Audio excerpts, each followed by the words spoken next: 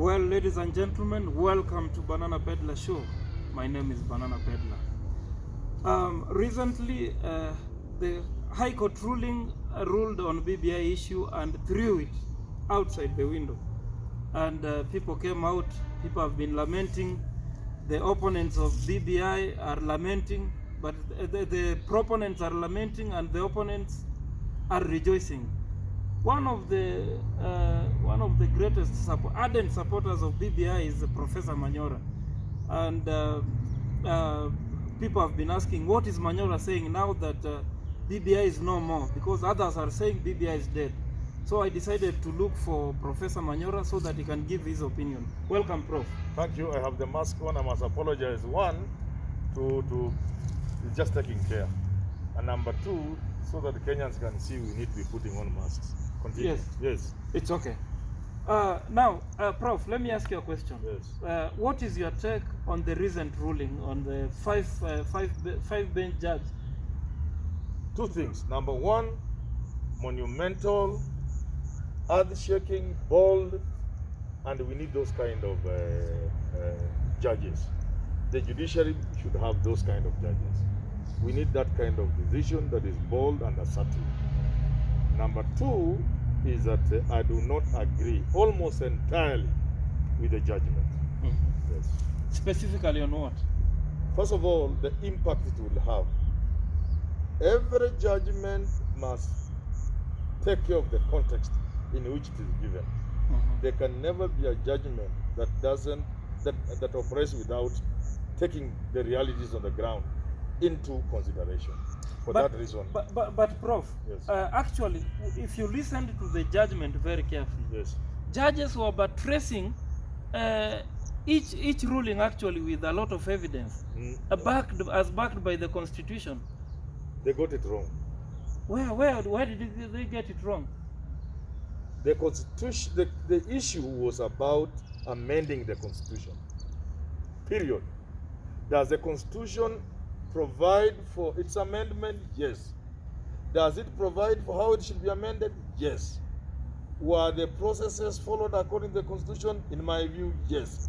All those other issues are good, but they are not relevant to the amendment of the Constitution. But there was no public participation. No. There was no civic education. That is history. That judge was going into history. If you listen to the judge very carefully, yes, actually the judge. I listened to the whole ruling. They did not fault BBI. I listened to them read the whole judgment from the start to the end. I and have read the judgment 3 times. But if you listened and if you read it carefully, yes, they did not fault BBI. Yes. They faulted the process. That they were going for the wrong things.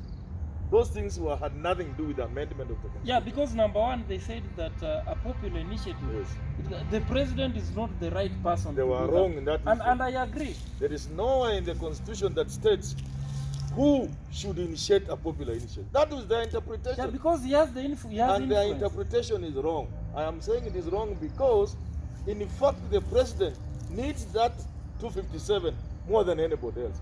Supposing the president wants to amend the Constitution in the interest of the country. You know, we are always saying that the president will always do against the country, things against the people. Supposing it's a good thing for the country, and the parliament would refuse. Maybe he wants to make, let me give you a very good example. Yes. Supposing the president wants to say, from today onwards, because MPs have become very greedy, we want to abolish the Parliamentary Service Commission. MPs will get a salary of 250,000 na hiyo peke yake, hakuna sitting allowance, the way it used to be. Do you think MPs will accept? No, so now listen. So the president might now use the popular initiative to go to Kenyans direct to amend the Constitution, for example. You get what I'm saying? Yes. And therefore the president can need that article, that 257, more than even anybody else. So the judges were wrong in that respect. Anybody, if I'm a member of parliament for Hamisi, and I'm convinced I want to amend the Constitution in the interest of the people of Kenya, but I'm sure the MPs will refuse, the way they have refused the 2/3 gender rule. I can go to the public as Manyora. I can't give you to do it because name recognition is important. I want to use my name to be able to convince Kenyans to get 1 million signatures. I am a member of parliament, but I know my colleagues in parliament will refuse. So I go to the people direct. You see that the judges were wrong. Yeah, but you see, They Prof, got it wrong. if you give the president Yes. this mandate, if you give the president these powers, Yes. that that he can just wake up and initiate such, Yes. one day he can just decide to initiate something Yes. that, for example, will prolong his term, and then. But if Kenyans want it, what's wrong with that? What's wrong with that? Did you sense any activism, judicial A lot of it. activism? If Kenyans can say tunataka president aendelee miaka 50, Kenyans, what's wrong with that? Who are you? Remember, people are watching what you're Yeah, I saying. know. Yes. Who are you? I mean, who are you? We keep saying Wanjiko, Wanjiko. Supposing Wanjiko says, let me tell you, I'll give you a good example. When President Reagan was leaving office in 1998, I think, 88 or something, 88, yeah, 88. He says this term limit can deny Americans a good president. But anyway, I'm leaving. But Americans might they can as well award him a dictator. Award them a dictator. If they want, if the people want, that's the problem. That's the problem. Why do you want to speak for the people? Not the people. Yes. So there was judicial activism. Yes. Yes, a lot of it. Because saying, I remember one of them Google referring to the president as Mr. Uhuru Kenyatta as that won't wash. It cannot wash. It is the ruling is dangerous. In my video today, I've said that ruling is that judgment is dangerous. And let me say what I said in my video. Yes. We want Uhuru Kenyatta to obey the law. And he's disobeying. If he is obeying the law, let him start by not appealing this judgment, because Kenyans say it's a very good thing. Okay. Let him also appoint the 40 judges he refused to appoint. Very good. Is that right? Yes. Let him also dissolve parliament, because he has been asked to dissolve parliament. To be a good president, to be law-abiding, to go according to what the law says. Let's go on now. Let's move.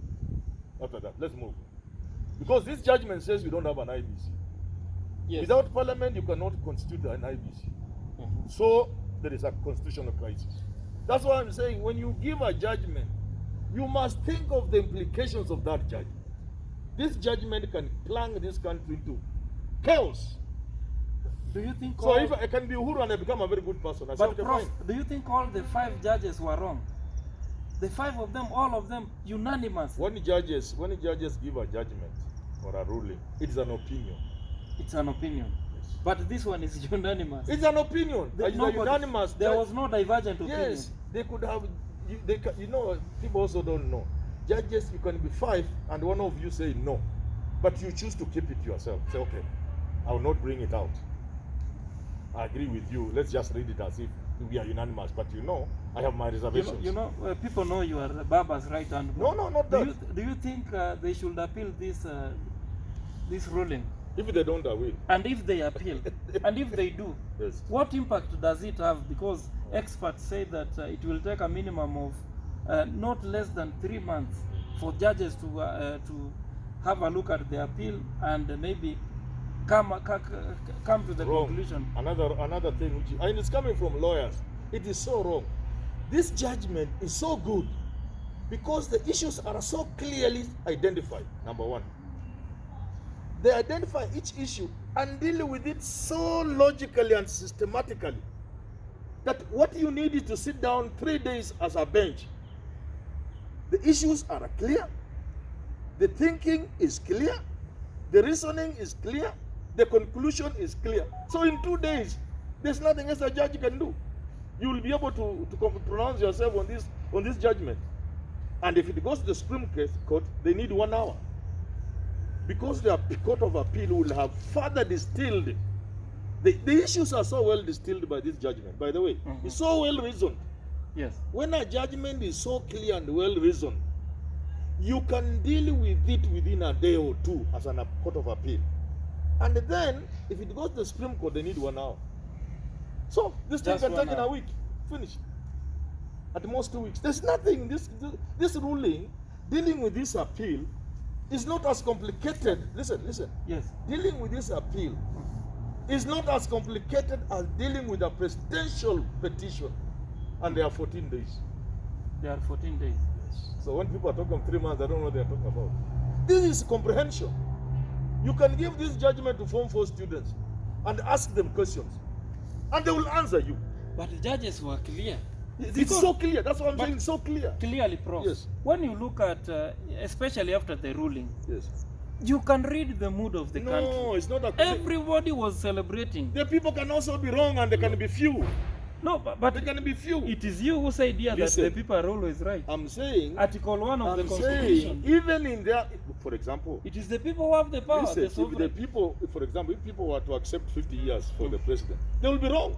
But it is their right. I'm saying they could be right. But more often than not, the noise you are talking is coming from a few people. A few people who are celebrating this judgment. The middle class is celebrating. Listen, the middle class. Let me tell you, the middle class is celebrating this judgment. No, Wanjiko. You know they call us Wanjiko. Let's talk about the middle class, like you and why Moi decided these to call us gentlemen who are Wanjiko. not visible in this show. Yes. This one is in America. This one is a comedian. That is a tough Kenyan. That's a CEO. And They I'm are a banana celebrating, peddler. and you are a banana peddler. And I'm a Jokali teacher. Yes. We are celebrating. I'm not. Let me tell you something. Yes. Supposing Uhuru did what I told you. So because you Kenyans want me to follow the law, okay, let me dissolve parliament. I'm not going to appeal this ruling because you say it's good, you like it. Even the 40 judges, let me appoint them. What are the options available to Kenyans? Please, what are the options available to Kenyans? Only 3. Option number 1, Uhuru can continue ruling now by decree, because there's no parliament. By decree. Until Kenyans have found a way out of how to constitute IBC to hold an election. It can take 2, 3, 4 years. The next option, and then he can do with Raila and Ruto and call it a transitional government. But he will be ruling by decree. There will be no constitution to guide him. The second option is people can go to court and say, this judgment indicts Uhuru Kenyatta, so he should go home. And then the court says Uhuru go home. And Uhuru has chosen to be a good man, then he goes home. Then you are left with a country without a president. Then people say, okay, we shall organize ourselves the way Judge Odunga said. We have a deputy president. A constitution. No, everybody will have gone home. Everybody will have gone home. Let us organize. The president goes. Yeah. He goes with the deputy. Yeah, let us, yeah. Because the government will have But collapsed. it is the president who has violated the No, constitution. the government will have Why collapsed. will the deputy carry the cross of somebody else's cross? I'm saying that the government will have collapsed in the manner we know it. You get it? There are many things you cannot say on air. So you leave people to read in between the lines. So people can now constitute themselves to form government, a constituent assembly. Uruto will not remain back. He will not remain there because there is no parliament. There is nothing. There's a vacuum. There's a crisis. So what will he remain doing? There's a crisis. There's no handover. There's nothing. There is no government. There's no government. You can do what Odunga said. You have civic education. I don't know who will organize it. You have constituent assemblies. They have their own challenges. It can take 5 years for you to agree even who will be in that constituent assembly. You get it? Yes. Are you getting what I'm saying? I am. Are you getting what I'm saying? Yes. Is that what the middle class wants? The people are now already, the common men are already in charge of everything. But hiyo runda unakaa hutakuwa ndani. No, but Prof. The next option, Prof. The next option. One of the things the judges pointed out is the distribution of these 70 constituencies. Yes. What's wrong with it? It is wrong because that way? is the mandate of IEBC. How? It's also wrong. How is it wrong, Prof? I wish they were here. We argue. Who should decide where these constituencies will be added or this now one? Listen. Whose mandate is that? Kenyans need to be clear about Isn't that. Isn't it IEBC? Let Prof? Kenyans be clear about that. Yes. IBC does not decide the number of constituencies. It is not them who said 290. It is a political decision, the number of constituencies. So adding 70 is a political decision and therefore it's not the mandate of IBC. It is for the politicians to decide how many. Is that right? But that is what the judges contested. But I'm trying to explain to you so that you understand why they were wrong. Now, the question you must ask yourself, if they say 70, what are they basing themselves on? They just wake up one day and say 70. What are they basing themselves on? The people, the politicians. They are basing themselves on something.